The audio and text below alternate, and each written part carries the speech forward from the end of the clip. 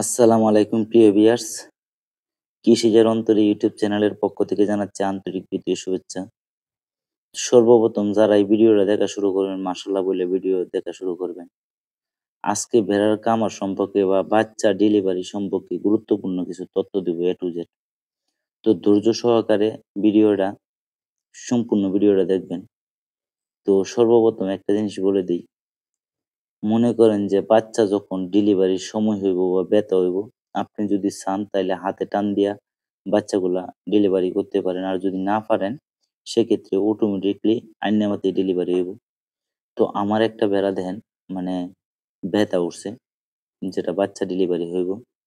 তো সবার কাছে আবার বলতাছি মাশাআল্লাহ বইলে ভিডিও দেখা শুরু করবেন। তো দেখেন মানে যখন ব্যথা উঠবে তখন ভেড়াটা উঠা বসা করব। আর যদি কেউ প্রয়োজন মনে করেন তাইলে হাতে টান দিতে পারেন, নয়তোবা টান দিয়েন না। আরেকটা বিষয় মাথায় রাখতে হইব। যদি মনে করেন যে আপনি ভেড়ার খামার করেন সেক্ষেত্রে প্রত্যেকটা মা ভেড়ার জন্য যখন নতুন অবস্থায় বাচ্চা দিব, এইগুলোর জন্য এরকম আলাদা, আলাদা কোডার প্রয়োজন হইব। যদি আপনি আলাদা, আলাদা কোডা না দেন সেক্ষেত্রে কি হইব সেটা আমি বলি। তো দেখেন ওইটা কিন্তু আমার একটা আলাদা রুম। এই রুমের মধ্যে কিন্তু আমি ফাঁক কম দিছি। মানে যেই মাছার চিপাটা ওইটা চিপা কম দিছি। শুধু মানে মাত্র খাসিরা যে ভিতরে যায় এরকম একটা ফাঁক দিছি।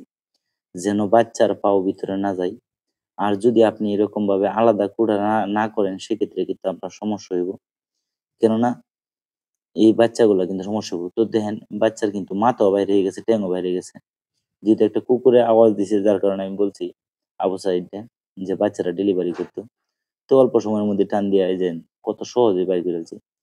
তো আপনি যদি পাশে থাকেন তাহলে আপনি টান দিয়েও বাচ্চা ডেলিভারি করতে পারেন। আর যদি না থাকেন তাহলে অটোমেটিকলি হয়ে যাইব। আর যদি না জানেন সেক্ষেত্রে আমি বলে দেই, যখন বাচ্চার পাও বাহিরে আসবো, দেখবেন যে মুখটা আছে সামনের মুখটাও বাহিরে আসবো। তখন কিন্তু আপনার বাচ্চা টান দিতে হইবে। এর আগে যদি টান দেন তাইলে কিন্তু অ্যাক্সিডেন্ট হওয়ার সম্ভাবনা আছে। ঘাড় উল্টে যাইবার সম্ভাবনা আছে। আর দেখেন ওই পাশে কিন্তু আমার আবার ২ টা বাচ্চা দিছে, একটা মিলি। আবার একটা বিষয় আমি বলি, অনেকের হয়তো ধারণা যে ভেড়া কয়টা বাচ্চা দেয়? আসলে কোনো ভেড়া ১ টা বাচ্চা দেয়, কোনো ভেড়া ২ টা বাচ্চা দেয়। এখন যেই ভেড়াটা আমার বাচ্চা দিছে বা গারলের 30% ক্রস, ওইটা কিন্তু আগের বারও বাচ্চা দিছিল একটা। এখন আবার বাচ্চা দিছে একটা। আবার ওই পাশে যে ভেড়াটা আছে, ওটা কিন্তু ১ম বিয়ানে বাচ্চা দিছে ১ম। মানে ফার্স্ট বাচ্চা দিছে। তো ওইটা বাচ্চা দিছে ২ টা। তো আপনারা কিভাবে বুঝবেন যে ১ টা বা ২ টা বাচ্চা দিছে? আসলে এটা সম্পূর্ণ নির্ভর করে আল্লাহর উপর বা আল্লাহর ইচ্ছা। এটা আপনার আর আমার ক্ষমতা নাই। যে কয়টা বাচ্চা দিব না দিব এটা আমি বলতে পারবো। তো ওইটা ফার্স্ট বিয়ান দিছে, তারপরে ওইটা ২ টা বাচ্চা দিছে।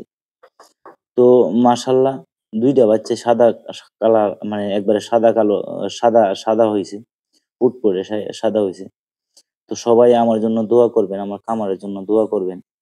আর আমি যেন সবসময় আপনাদের পাশে থাকতে পারি। নতুন যে পরামর্শগুলা, তথ্য তথ্যগুলা আছে ওইগুলো আমি দেওয়ার চেষ্টা করব। তো ওইটা দিছে ২ টা বাচ্চা ১ম বিয়ানে।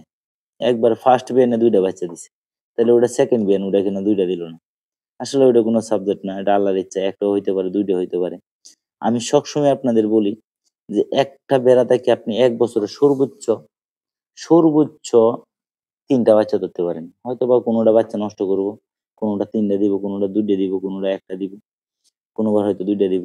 আর এটা হয়তো এখন দিছে ১ টা, আগামী বিয়ানে হয়তো ২ টা দিব। আবার এই যে ১ম যেটা বিয়ান দিছে এটা হয়তোবা এখন হয়তোবা আপনার বাচ্চা দিছে ২ টা, আগামী বিয়ানে হয়তো ১ টা দিব। তো ৩ টা বাচ্চা ধরতে পারেন ১ বছরে। আর বাচ্চার ডেলিভারির পরে অবশ্যই আপনি এরকম কর দিবেন। অনেকে হয়তো বলতে পারেন বা আপনাদের এদিকে কি বলে আমি জানি না।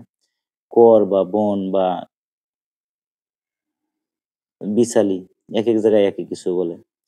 তো বাচ্চা যখন নতুন বাচ্চা দেয়, তখন সবচেয়ে বেশি সমস্যা হয় কোনটা জানেন? এই বাচ্চাদের দুধ ধরানো।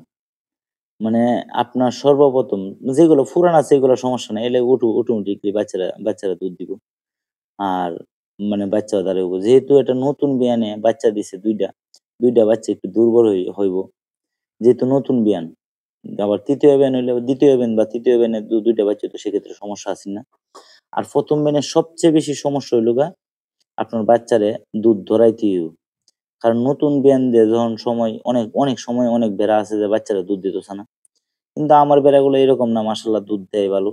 আর বাচ্চাগুলারেও যতনে রাখে দেন। যদি এরকমভাবে আলাদা অনেকের হয়তোবা বা জানেন, যাদের খামার আছে তারা হয়তো জানেন যে ভেড়া বাচ্চারে অনেক সময় দুধ দিতে চায় না। এদিকে ছুটাছুটি করে, দৌড়াদৌড়ি করে। তো এরকমটা নতুন অবস্থায় হয়। কিন্তু আস্তে যখন বাচ্চার সাথে রাইখা দিবেন এরকম আলাদাই কুড়ায়, তখন দেখবেন যে আস্তে মায়া হইব। তারপর বাচ্চারা ঠিকই দুধ দিব। কিন্তু আমার বেড়ার এরকম সমস্যা হয় না। যেহেতু একটু মানে ফুরান হয়ে গেছে, সেক্ষেত্রে আমি জানি কোন বেড়াগুলা বাচ্চা দিলে বাচ্চারা দুধ দেয় আর কোনগুলো না দেয়। যেগুলো না দেয় এগুলো আমি আগেই সরায় ফেলছি। তো আলহামদুলিল্লাহ এটি কিন্তু সুন্দরভাবে বাচ্চারা দুধ দেয়। তো ২ টা বাচ্চা যেহেতু দিছে ২ টা বাচ্চারই দুধে ধরাইতে হইব, ওইটাই কিন্তু মূল বিষয়। আর নিচে মানে যেই জায়গায় থাকবো ওই জায়গাটা অবশ্যই আপনারা বিছালিবার কেয়ার দিয়ে দিবেন। অনেকে হয়তো বলতে পারেন, "কেন দিবেন? কেন দেয়ার লাগবো?" আসলে বিছালি দিতে পারেন, কেয়ার দিতে পারেন, ঘাস দিতে পারেন, শুকনা যেকোনো কিছু দিতে পারেন। কারণ ১ম অবস্থায় যখন এটা বাচ্চা দেয় তখন কিন্তু মানে মেজেটা পিচ্ছিল হয়ে যায়।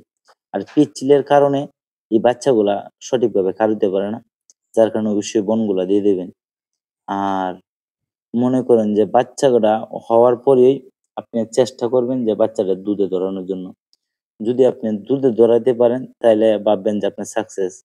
আর যদি দুধে না ধরাইতে পারেন বা দুধ না দেয়, সেক্ষেত্রে কিন্তু আপনার সমস্যা হইব। এই বাচ্চাগুলা দুর্বল হয়ে যাবে। যত তাড়াতাড়ি দুধে ধরাইতে পারবেন, অত তাড়াতাড়ি বাচ্চারা দাঁড় হয়ে যাবে। আরেকটা বিষয়, এরকম যদি আপনি আলাদা করে না রাখেন, সেক্ষেত্রে আপনার সমস্যা হইব কি? যখন ওইটা মনে করেন যে এখন কিন্তু রাত্রে বেলা বাচ্চা দিছে, হয়তোবা আপনি খামারে নাই। যদি আপনি খামারে না থাকেন, সেক্ষেত্রে যদি মনে করেন যে বাচ্চা দিয়ে দেয়, তখন অনেকগুলা বেড়ার সাথে যখন থাকবো, তখন কিন্তু ফাড়াফাড়ি করব। মানে ফাড়াফাড়ি করবো বা ছুটাছুটি করবো, ওই পাশে দেখেন কতগুলা বেড়া। ওই বেড়াগুলা যখন ফাড়াফাড়ি করব, তখন কিন্তু পাড়ার তলে পড়লে এই বাচ্চাগুলা, নবজাতক বাচ্চা দুর্বল হয়ে যাবে বা পা ভাইঙ্গে যাবো, পা মচকায় যাবে। এরকম সমস্যাগুলো হইব। যার কারণে অবশ্যই বাধ্যতামূলক এরকম আলাদা করে রাখতে হইব। আর বাচ্চাটা যদি আপনি তাহেন তাইলে দুধে ধরাইলে ভালো। আর যদি আপনি নাও তাহেন, যদি মনে করেন যে বুঝেন যে এই মিরিটা উলান চাপতাছে, বাচ্চা দিব, তাইলে আমি ওইটারে আলাদা রুমে রাইখা দেই, যেকোনো সময় বাচ্চা দিব। তখন অন্য কোনো বেড়া ওইটারে পাড়াইতে পারবো না।